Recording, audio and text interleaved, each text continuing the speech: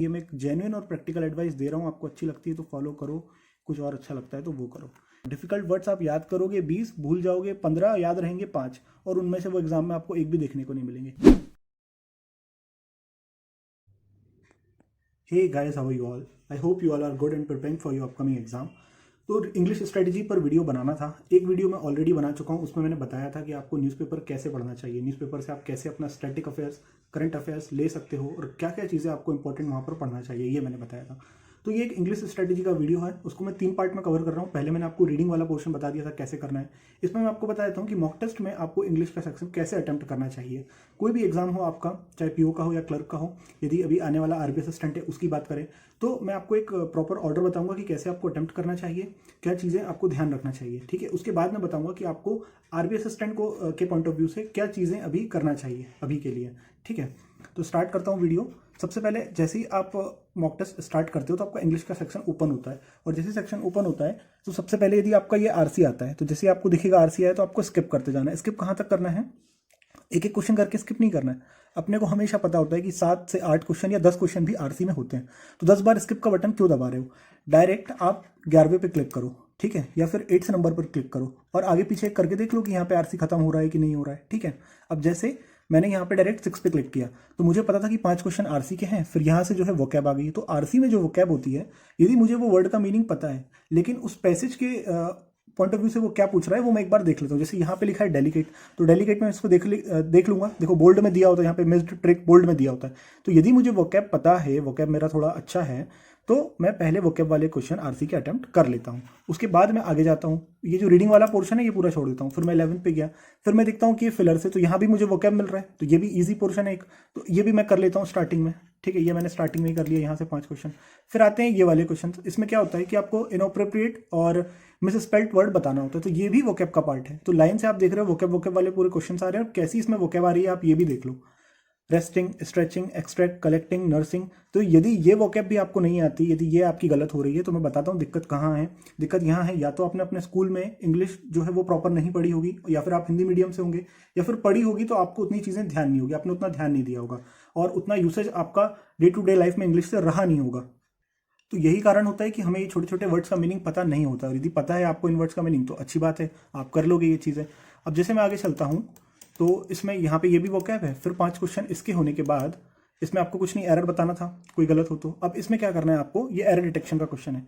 Error detection का question यदि आपको बीच में कहीं मिलता है या फिर स्टार्टिंग में आपको एरर डिटेक्शन मिल जाता है, तो मैं क्या करता हूँ, मैं उसको सबसे पहले कर लेता हूँ यदि शुरुआत में मुझे मिल जाता है तो। और आपको भी यही करना चाहिए। जैसे 5 क्वेश्चन एरर डिटेक्शन के आते हैं, 5 या 6, ठीक है, तो उसका सीधा सा फंडा है, उसमें आप कुछ भी अपना ज्ञान नहीं लगा सकते। यदि आपको पहले से रूल पता है, पहले से आपको पढ़कर समझ में आ रहा है क्या होना चाहिए, तो ही आप उसको अटेम्प्ट करते हो, नहीं तो अदरवाइज आपको स्किप कर ही देना चाहिए। वो गलती हो जाता है यदि रूल नहीं पता है तो। ठीक है, तो 5 क्वेश्चन यदि रूल पता है तो 2 मिनट में आप कर लोगे, तुरंत आप आगे चलो। The strong kind buffalo was the leader of animal, so they runs to him and told him everything. तो यहाँ पे इसमें गलत है, सो दे रैन टू हिम आएगा, वो उसके पास दौड़कर गए, है ना। हमेशा ये रन्स नहीं आएगा यहाँ पे, तो replace the singular first form verb runs with the second form of verb ran, कि दौड़कर उसके पास गए। तो देखो फर्स्ट सेकंड फॉर्म का ही एरर यहाँ पे दिया हुआ है, कितना इजी सा एरर यहाँ पे दिया हुआ है। तो यही चीज़ है, यदि आपको एरर डिटेक्शन के रूल्स पता है, बेसिक सी चीज़ें भी यदि आपको पता है तो वो आप जल्दी से कर लोगे। फिर आपको आगे बढ़ना है, फिर मैं बताता हूँ आप कहाँ आ जाओगे। ये हो गया आपका एरर डिटेक्शन। फिर आता है ये क्लोज टेस्ट। इसमें आपको क्या करना है, जो अप्रोप्रिएट वर्ड है वो यहाँ पे फिल करना है। तो अब देखो 10-12 क्वेश्चन मैंने यहाँ पे वोकैब के आपको बताए, उसके बाद फिर यहाँ से वोकैब वाले क्वेश्चन से स्टार्ट हो गए। तो कितना ज़्यादा वोकैब का वेटेज है, वो भी बेसिक वाली जो रीडिंग से ही अपनी हो जाती है। ठीक है, जो स्टोरी रीडिंग्स में आपको ग्रुप में देता हूँ, यदि वो भी आप प्रॉपर कर लोगे तो आपका ये वोकैब कवर हो जाएगा। मैं भी आपको दिखाऊंगा कैसे। तो ये भी आप यहाँ से कवर कर सकते हो। Once there was a little girl, तो अब ये यहाँ से एक्चुअल गर्ल क्या होता है, स्पिरिट, लॉन्ग, श्योर, तो अलग ही यहाँ पे समझ में आ रहा है कि लिटिल आना चाहिए। तो इतना ही ईजी आपको इंग्लिश आरबीआई असिस्टेंट में देखने को मिलेगा, और इससे थोड़ा सा आप आता है एसबीआई आईबीपीएस क्लर्क में। तो इस तरह की वोकैब आपको करना है। ये क्वेश्चन आप करोगे, कितने इसमें पूरे दिए 30 तक। ये हो गया आपका पेपर। इसको करने के बाद आपको जाना है आरसी पे, लास्ट में आप जाओ आरसी पे। तो आपको ये ध्यान रखना है कि 20 मिनट का आपके पास टाइम है, तो उसमें से 11 से 12 मिनट में आप ये चीज़ें खत्म कर लो। कौन सी? सारा मिसलिनियस वाला पार्ट 11 से 12 मिनट में आप खत्म कर लो। 8 से 9 मिनट आपके पास बचना चाहिए। यदि पीओ का एग्जाम है तो वहाँ आरसी थोड़ा डिफिकल्ट आता है, तो वहाँ 10 मिनट भी आप यदि बचाओगे तो बहुत बढ़िया। लेकिन यदि इसकी मैं बात करूँ इस आरसी की, तो यहाँ पे इकोनॉमी बेस्ड और इतना फाइनेंशियल न्यूज से रिलेटेड ऐसा आरसी यहाँ पे नहीं आता है। तो यहाँ पे स्टोरी बेस्ड आता है। जैसे कैसी स्टोरी लिखी है, John was a nice popular boy beloved by everyone. तो एक 10th 12th 9th 10th class की यहाँ पे स्टोरी की तरह आपको आरसी दिया है। तो इसमें आपको ज़्यादा टाइम की जरूरत नहीं है, 7-8 मिनट में आप इसको कर सकते हो। तो लास्ट में आपको आरसी पर आना है, इतना टाइम आपको उसके लिए बचा के चलना है, 8 से 9 मिनट आपको बचा के चलना है। अब आरसी कैसे आपको करना चाहिए, देखो सबसे पहले आप क्या करो, पहले रीडिंग स्टार्ट मत कर दो, शुरू होते रीडिंग मत स्टार्ट करो, पहले आप क्वेश्चंस पे आओ। After listening to John's trouble his father told him a trick to solve the issue. देखो कोई ट्रिक की बात कर रहा है, options correctly states the trick, किस ऑप्शन में जो है ट्रिक बताई जा रही है। तो ये हो गया आपका कीवर्ड। तो यहाँ पे आपको क्या देखना है कि कौन सी ट्रिक जॉन के फादर ने उसको बताई। अब आप चलो सेकंड क्वेश्चन पे, when did John feel ashamed about the fact that he couldn't endure anything. ये जॉन को कब पता चला इस फैक्ट के बारे में कि वो जिंदगी में कुछ नहीं कर सकता।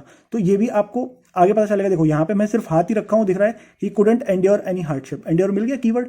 तो इस तरह से पहले आपको क्वेश्चंस को एक बार पढ़ लेना है, कीवर्ड देख लेना है। यहाँ पे ग्रामेटिकली कंटेक्चुअली करेक्ट पूछा है, इस तरीके से एक फिलअप दिया होगा।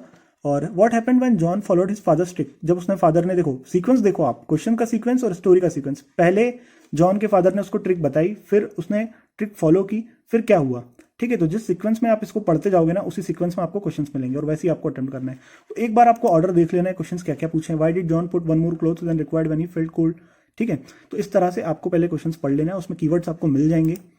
फिर उसके बाद जाना है आपको रीडिंग पार्ट पर। John was nice popular boy beloved by everyone, he was so much fun, so good and so kind that with everyone that they treated him wonderfully, always giving him presents and looking out for him. तो इस तरीके से आपको पूरा read करना है story की तरह से। अब यहां से पूरा लास्ट तक नहीं रीड करना है। यदि ऐसा करोगे ना तो वही प्रॉब्लम होती है जो आप में से कुछ लोग बोलते हैं कि मैं पहला पैरा पढ़ता हूं, दूसरा पढ़ता हूं तो पहले में क्या बोला था ये भूल जाता हूं। तो ये मत करो, पैराग्राफ पढ़ो, इतना पैरा पढ़ लिया, अब इसको दिमाग में रखो कि इसमें क्या बोला है।